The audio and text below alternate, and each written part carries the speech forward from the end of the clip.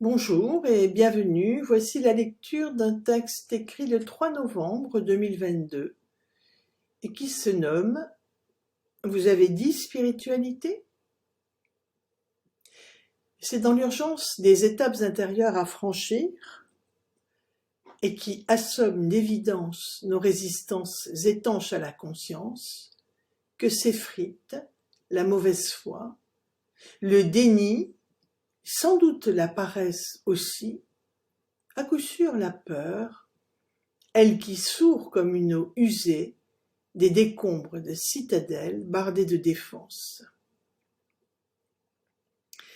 Dans le même temps, effondrement ainsi qu'élévation servent la même vision. C'est bien parce qu'un écroulement certain s'impose que la place se libère pour une autre dimension plus en phase avec la nature profonde de l'être humain lorsqu'il agit spontanément dans le précieux instant d'une énergie centrée, fusant droit au but, sans passer par la case mentale. Rude est le chemin. Rude, les deuils à traverser, sans sourciller. Sublime, la rencontre en soi, lorsque la course folle, imprévisible, y mène au détour de l'obstacle franchi. L'analogie fait penser à la course à pied nommée la Diagonale des Fous sur l'île de la Réunion. Une des plus difficiles au monde, 22 heures d'affilée pour les premiers. Elle suppose tout un entraînement drastique en amont. Bien sûr, on peut seulement l'imaginer. Il en est de même pour notre périple intérieur.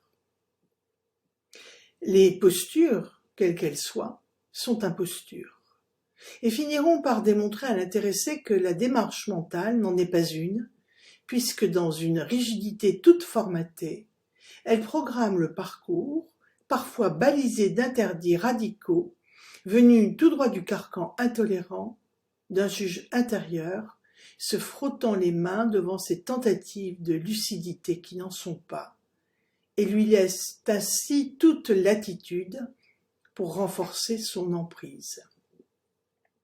Quel piège! Seul l'orgueil motive cet empressement à être parfait.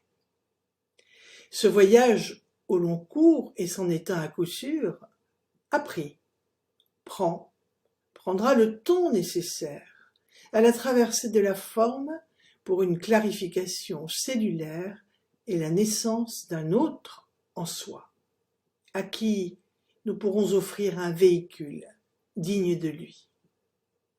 Il s'agit donc bien en effet d'une course de fond, pour les fous de Dieu, entraînés à déposer l'attirail égotique sans concession, afin de voyager léger.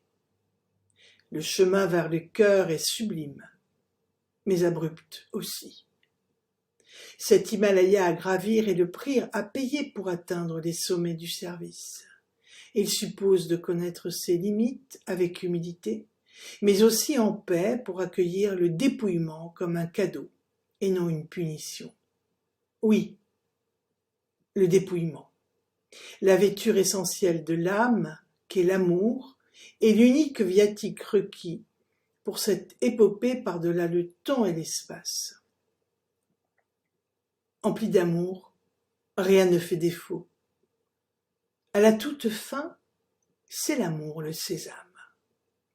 Alors rien n'est prévisible de ces péripéties venant nous chercher jusqu'au plus profond, ni des grâces offertes comme tremplin pour grandir, parce que le mode opératoire s'adapte réellement à chacun, et qu'ainsi ce qui peut être juste pour l'un ne le serait pas pour l'autre. Tous les chemins ont pour vision le cœur, et si certains peuvent paraître inadaptés, seul le regard averti saura discerner la lumière qui luit derrière l'apparence. Bien sûr, tolérance, bienveillance et autres témoignages d'une paix certaine sont un socle commun à toute marche vers le soi, en y ajoutant la gratitude, comme preuve d'une humilité à reconnaître la présence soutenante. Cependant, chacun interprète et reflète la source au travers de son prisme particulier, censé offrir une richesse supplémentaire s'ajoutant aux autres visions. C'est pourquoi les modes concernant méditation ou autres disciplines du corps risquent d'être imposés par un mental soucieux d'aller plus vite et d'instaurer une rigueur organisée, là où l'être ne mesure le temps et les avancées à distance de l'ego qu'en termes d'ouverture du cœur. Ce qui suppose d'être plutôt dans l'accueil, qui adoucit, que dans le contrôle, qui raidit.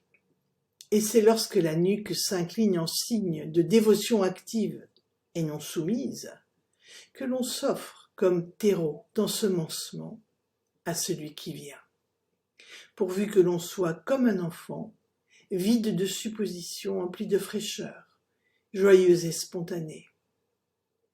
Et c'est cette innocence qui fait la différence, bien loin des rigueurs imposées par un simulacre de spiritualité.